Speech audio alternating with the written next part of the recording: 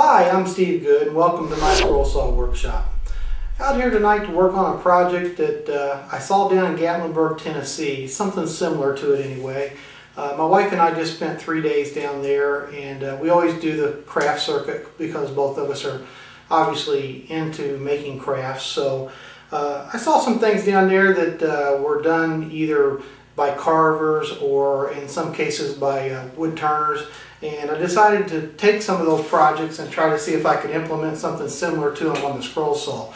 So tonight I'm going to do a real crafty little project here. It's basically going to involve some compound cutting on the scroll saw and then just a little bit of really simple carving with a carving knife. So with that, I'm going to zoom in here on the project and show you what we're going to do, and then I'll tell you how we're going to go about it. Here's a project we're going to work on tonight, and as you can see, we have a vase and some flowers. And the vase is done on the scroll saw using a compound cut pattern. And I'm not going to go into cutting the pattern in this video because we've done that before. And I'll provide some basic instructions with the pattern, and you should be able to follow that with no problem.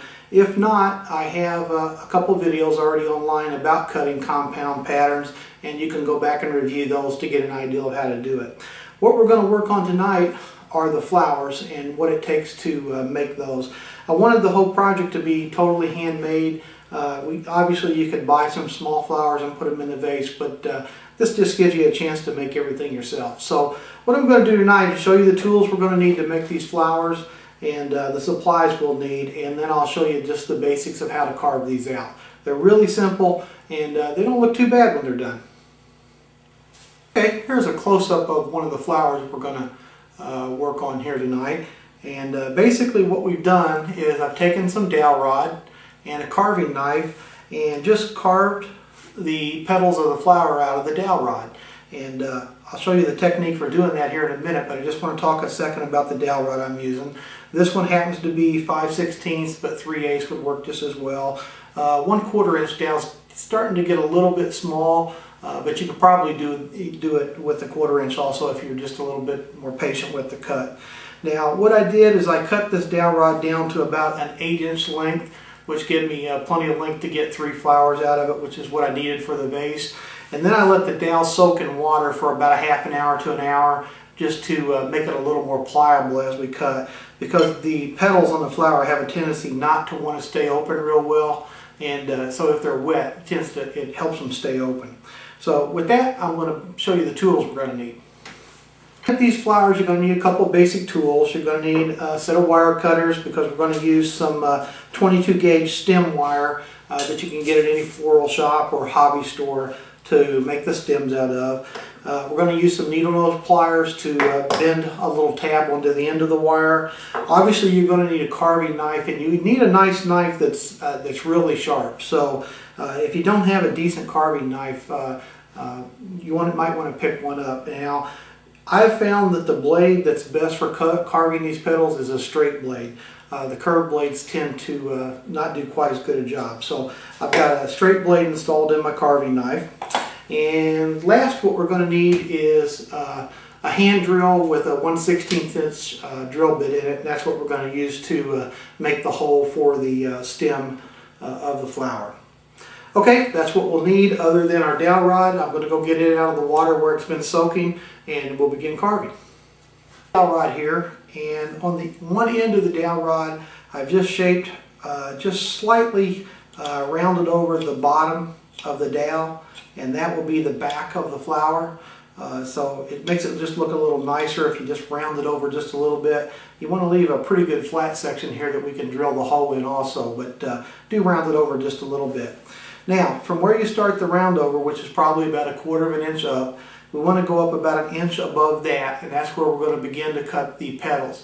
Now what I'm going to do is, with my left hand, I'm going to hold the dowel, and I've got my carving glove on, and you do want to use a thumb guard or a carving glove for this, because you are going to be pulling the blade towards your thumb, and the dowel rod is so thin that it's hard to keep your thumb down hidden away. You do want to keep your thumb down as low as you can, and you want to make this with a very sharp knife so you don't end up cutting your thumb. But okay, I'm going to go up about 1 inch, and basically what I'm going to do is I'm going to dig my knife in and I'm going to carve down, not letting the piece come off, all the way down to where I began the round over. Now I'm talking about. Now what I like to do is after I carve the first one, I turn the dowel 1/4 inch and I carve the second one 90 degrees away from the first one. And I go down, again turn it, go down, turn it, down. Now I go in between two of the petals that I just cut and go down and go down between two more, and you just keep rotating it, making these petals.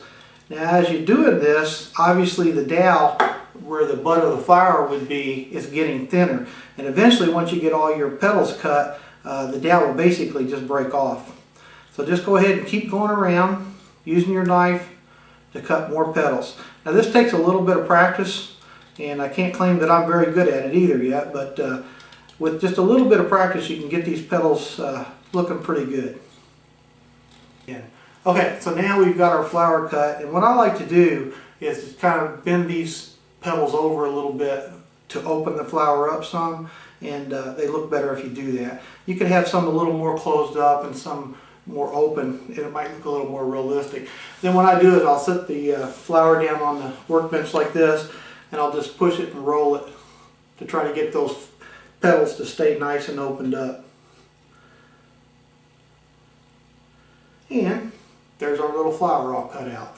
Now what I'll do is I'll take my drill with the 1/16 drill bit in it, and I'm going to go to the back of the flower, and I'm going to drill a hole right in the center of that bud. So again, you need to be kind of careful, but take your drill bit, put it right in the middle, and just go in about 1/4 inch. Don't need to go all the way through or anything. Got that done. What I like to do is on the very tip of this wire, I'll grab it with the tip of my needle nose and just bend over maybe 1/8 of an inch piece and flatten it down real good. And what that does is it makes the wire just a little bit thicker at that point, so when you stick it into the back of the flower, it sticks in there a little tighter. So then what you can do is go ahead and take the wire, push it into the back of the flower, take your needle nose, push it in as far as it'll go. Then you can take your wire cutters and whatever length you need the stem to be for your vase, go ahead and cut it off. And shape your stem just a little bit. And again, work on this flower to keep the petals open. You'll have to work on it a little bit. As you limber these petals up that you've carved, they stay open better. And now what I'll do is I'll show you how I colored mine with the, I actually used orange spray paint to do it. And then I'll just real quick show you how to do the little leaves that come out of the vase. You start by just doing probably stay about 8 to 10 inches away, because you just want to lightly coat this. You want the wood to actually still show through a little bit, almost like it's a wash instead of a, an actual spray paint. And once I get the back of the flower done, I'm going to turn it over and just do a slight mist on the front. And there is our finished flower. Look real close here at the little flower vase we're working on. You'll see that I've got a couple leaves coming out of the vase. And I also hand carved those, and I just used a little bigger dowel rod. I think it was close to a 1/2 inch dowel rod I used for these. And I went ahead and just carved off some shavings and then spray painted those just like we did the flowers, only in this case with green. So what I did is I took a little bigger dowel, and again I've got my carving glove on, and in this case I'm going to carve away from it because I want some fairly long shavings. And basically what you do is start back up here about 3 inches and then just take a nice long shaving and it'll fly off and you can go get it. And I did a few like this, and then this one fell on the table, so it'll be good. So in this case I got a very nice leaf looking piece that I can put down in the hole of the vase. Of course I went over and spray painted it to make it green. But that's how I did these little leaves that are sticking out of the vase. So, okay, it's just a simple little project here tonight that I wanted to do. I saw them in a hobby or a craft store down in Gatlinburg and just thought I'd come back and give it a try. The one in the craft store was actually done on a lathe where the base was round and everything, and the flowers were hand cut just like these. So hope you like this project, and I think if you guys will make one of these for your special lady, she'll really like it. I'm Steve Good. Thanks for being here with me at the Scroll Saw Workshop, and I'll see you in the next video.